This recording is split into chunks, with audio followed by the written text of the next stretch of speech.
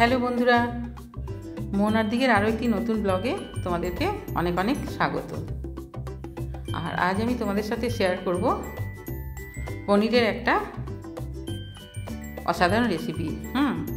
সেটা হচ্ছে পালক পনির। তো প্লিজ তোমরা দেখতে থাকো আমি কিভাবে পালক পনিরটা বানাচ্ছি। প্রথমে ভালো করে ধুয়ে পালং শাকগুলিকে আমি একটা বাটিতে জল দিয়ে আর নুন দিয়ে সেদ্ধ করে নেব। আর এটা খুলেই সেদ্ধ করতে হবে, তা নাহলে কিন্তু কালারটা ঠিকঠাক থাকবে না। তারপরে দেখো পালং শাকটাকে নিয়ে আমি এক ঠান্ডা জলের মধ্যে ছেড়ে রেখেছিলাম। তারপর সেখান থেকে তুলে ভালো করে নিংড়ে নিয়ে তারপর মিক্সিং জারের মধ্যে দিয়ে দেবো। দিয়ে তারপর এর মধ্যে কাঁচা লঙ্কা দিয়ে দিচ্ছি, আর অন্য লঙ্কা আমি এখানে আর ব্যবহার করব না। আর দিয়ে দিলাম কয়েকটা কাজু, ওই 7-8টা মতো কাজু দিয়ে দিয়েছি। আর দিচ্ছি লেবুর রস, হাফ লেবুর রস দিয়েছি। তো দিয়ে তারপরে এটাকে মিহি করে বেটে নিতে হবে। এই যে এটা বাটা হয়ে গেছে। আর এদিকে আমি সমস্ত জিনিস রেডি করে রেখেছি, পেঁয়াজ কুচি, রসুন কুচি, আদা কুচি, টমেটো কুচি, ধনেপাতা কুচি সমস্ত। আর এদিকে পনিরটাকে কিউব করে কেটে নিচ্ছি। আমি এরকম সাইজ করছি, তোমরা এর থেকে আরও বড় বড়ও করতে পারো।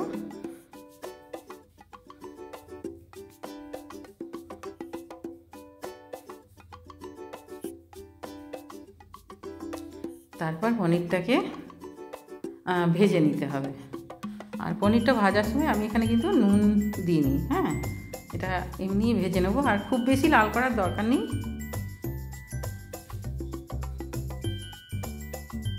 আর পনিরটাকে আমি তুলবো, ওই গরম জল করে রেখেছি, গরম জলের মধ্যে নুন দিয়ে রেখেছি, সেখানেই আমি পনিরটাকে ভেজে তারপর ডুবিয়ে রাখবো। কিছুক্ষণ ভিজিয়ে রাখলে কী হবে, পনিরটা নরম হবে।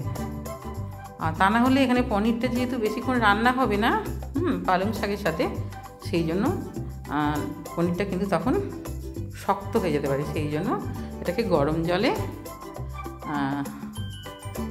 ভিজিয়ে রাখতে হবে, নুন দিয়ে গরম জলে ভিজিয়ে রাখতে হবে। তারপর ওই তেলের মধ্যে আমি দিয়ে দিলাম গোটা জিরে ফোড়ন, আর তারপর দিলাম রসুন কুচিটা এখানে একটু বেশিই লাগবে। রসুনের যে একটা সুন্দর গন্ধ, সেইটা কিন্তু এই তরকারিটার মধ্যে যাবে। আর রসুনটা একটু ভাজা ভাজা হবে বলে প্রথমে দিয়েছি রসুনটাকে। তো রসুনটা একটু ভাজা ভাজা হয়ে গেলে তারপর এর মধ্যে দিয়ে দেবো পেঁয়াজ কুচি। আর পেঁয়াজ এখানে আমি 2টো বড় পেঁয়াজ কিন্তু কুচিয়েছি। পেঁয়াজটা একটু লাগবে বেশি। দিয়ে তারপরে এটাকে খুব ভালো করে পেঁয়াজ রসুন সব একসাথে ভেজে নেব।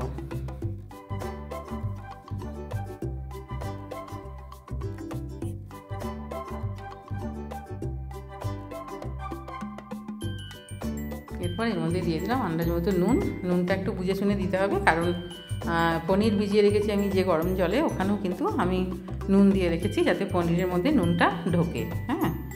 তো তারপরে দেখো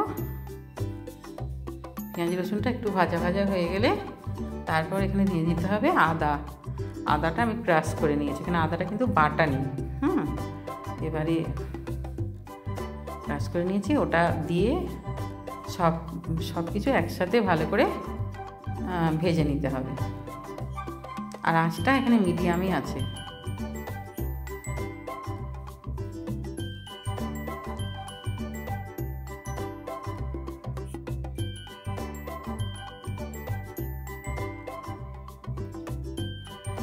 তারপর এক এক করে গুঁড়ো মশলাগুলি দিয়ে দিচ্ছি।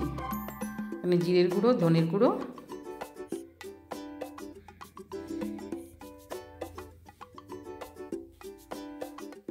দিয়ে আমি যে জলটাতে পনির ভিজিয়ে রেখেছি সেই জলটা একটু একটু করে দেবো, কারণ খুব বেশি অন্য এক্সট্রা জল এখানে লাগবে না। সেই জলটা দিয়ে একটু মশলাটাকে কষিয়ে নিচ্ছি, তা না হলে জিরে ধনেগুলি যেহেতু শুকনো, এগুলি কিন্তু পুড়ে যাওয়ার ভয় থাকে। তারপর দিয়ে দিলাম টমেটো কুচি, আর টমেটো কুচিটা দিয়েও কিন্তু খুব ভালো করে কষিয়ে নিতে হবে যাতে টমেটোর কাঁচা গন্ধ না থাকে।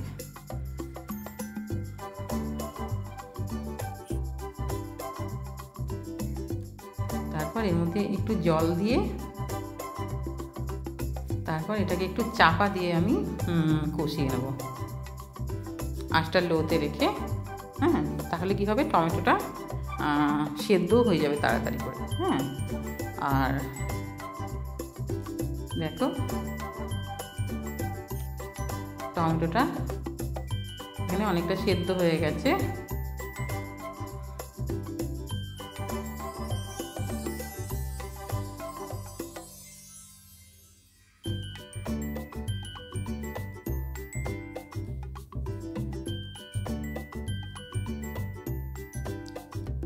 তারপর এর মধ্যে দিয়ে দিলাম 1 চামচ চিনি। হ্যাঁ, চিনিটা কিন্তু এখানে মাস্ট।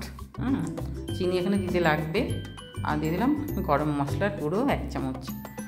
গরম মশলাটা পরে দেবো না, গরম মশলাটা আগেই দিচ্ছি। গরম মশলাটা মশলার সাথে আমি কষিয়ে নেবো। হ্যাঁ, আর গরম মশলাটা পরে দিলে কি হবে, পালং শাকের পরে দিলে ওটা কিন্তু ভীষণই উগ্র গন্ধ আসবে। হ্যাঁ, সেই জন্য গরম মশলাটা দিয়ে একটু কষিয়ে নিচ্ছি, তাহলে টেস্টটা ঠিকঠাক হবে। তারপরে দেখো এই যে জল দিয়ে দিয়ে কষিয়ে নিচ্ছি।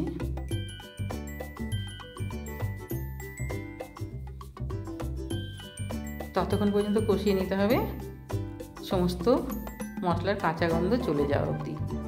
তারপরে এখানে আমি যে পালং শাকটা যেটা বেটে রেখেছি, কাজু আর কাঁচা লঙ্কা দিয়ে সেটা এবারে দিয়ে দিলাম। দিয়ে এবারে মশলার সাথে এটাকে খুব ভালো করে মিশিয়ে নিতে হবে, আর এটাকেও একটু কষিয়ে নিতে হবে মশলার সাথে।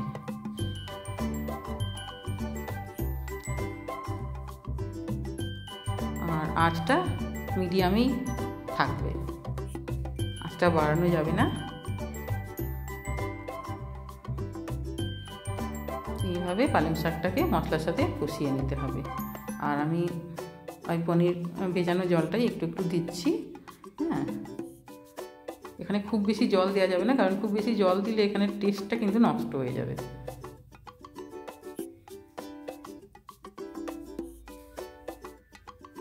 এটা খেতে অসাধারণ হয়। হ্যাঁ, তারপরে দেখো ধনেপাতা কুচি দিয়ে দিলাম। ধনেপাতাটাকেও বেটেও দিতে পারো, আমি এখানে কুচি করে দিয়েছি। দিয়ে তারপরে এটাকেও খুব ভালো করে মিশিয়ে নিয়ে কিছুক্ষণ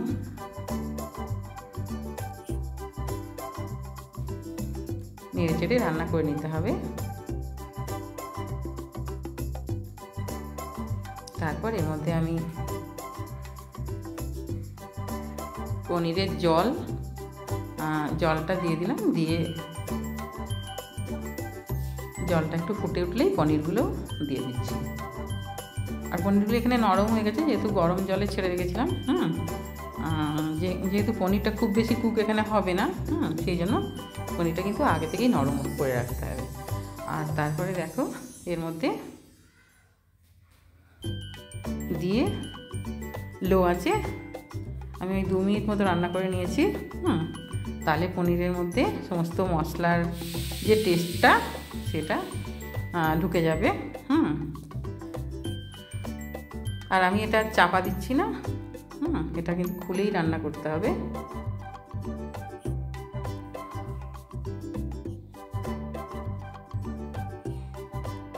তা না হলে কালারটা কিন্তু ঠিকঠাক থাকবে না।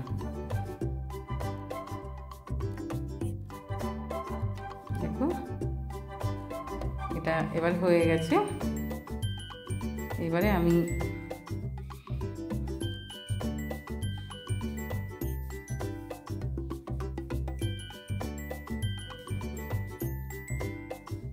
নেড়ে চেড়ে এটাকে আমি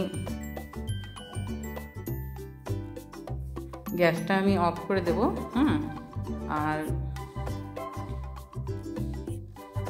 তারপর আমি এখানে চিজ দিয়ে দিচ্ছি ওপরে ওপরে। চিজটা যেহেতু গরম আছে এখন মেল্ট হয়ে যাবে। আর চিজটা দিলে এখানে টেস্টটা ভীষণই ভালো হয়। এবার এই চিজটা তোমরা নাও দিতে পারো।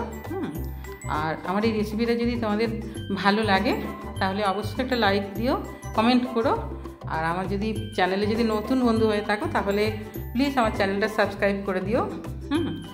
আর পাশে থাকা বেল আইকনটা প্রেস করে দিও, যাতে আমি নতুন ভিডিও দিলে তোমরা নোটিফিকেশানটা খুব সহজেই পেয়ে যাও। তারপরে এই যে দেখো, দেখতেও এটা খুব সুন্দর হয়েছে আর খেতেও অসাধারণ হয়। এটা রুটি পরোটার সাথেও যেরকম যায় সেরকম ফ্রায়েড রাইস ভাতের সাথেও কিন্তু এটা ভালোই যায়। আর এইভাবে বাড়িতে অবশ্যই বানিও। সবাই খুব ভালো থাকবে। বাই।